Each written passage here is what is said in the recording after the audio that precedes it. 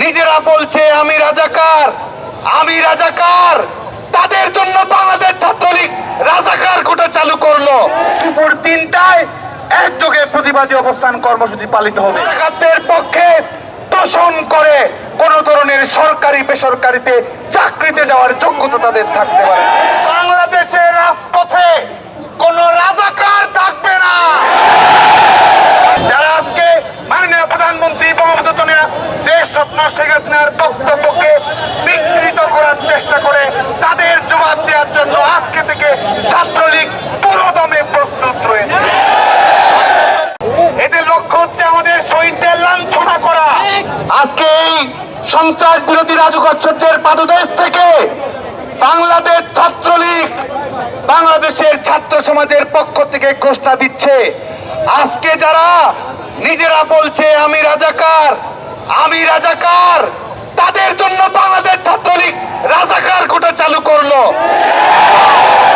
এবং যারা রাজাকার কোটার আওতাধীন তাদেরকে পাকিস্তানে পাঠিয়েই বাংলাদেশ ছাত্রলীগ যেখানেই রাজাকার কোটার স্থাপকদেরকে দেখবেন সেখানেই দৃঢ় হস্তে প্রতিবাদ করে তুলে তার আপন ঠিকানায় পাঠিয়ে দেওয়ার জন্য নেতা কর্মীদেরকে নির্দেশনা দেওয়া হচ্ছে। তারা বলে আমি রাজাকার, তারা রাষ্ট্রদ্রোহী অপরাধ করেছে।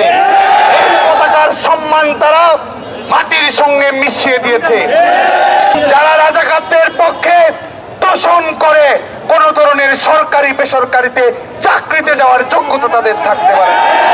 প্রিয় বন্ধুগণ, আগামীকালকে কেন্দ্রীয় ভাবে দুপুর 3টায় লাখো শহীদের রক্তকে অপমান করায়, মুক্তিযুদ্ধের চেতনাকে অপমান করায় বাংলাদেশ ছাত্রলীগ সন্ত্রাস বিরোধী রাজু ভাস্কর্যের পাদদেশে আগামীকাল দুপুর 3টায় এইখানে প্রতিবাদী অবস্থান গ্রহণ করবে। আগামীকালকের কর্মসূচিতে ঢাকার প্রত্যেকটি ইউনিট, ঢাকা বিশ্ববিদ্যালয়, ঢাকা মহানগর উত্তর, ঢাকা মহানগর দক্ষিণ, ঢাকার সকল শিক্ষা প্রতিষ্ঠানকে সমস্ত শিক্ষার্থীদেরকে সাথে নিয়ে উপস্থিত হওয়ার জন্য আহ্বান জানানো হলো।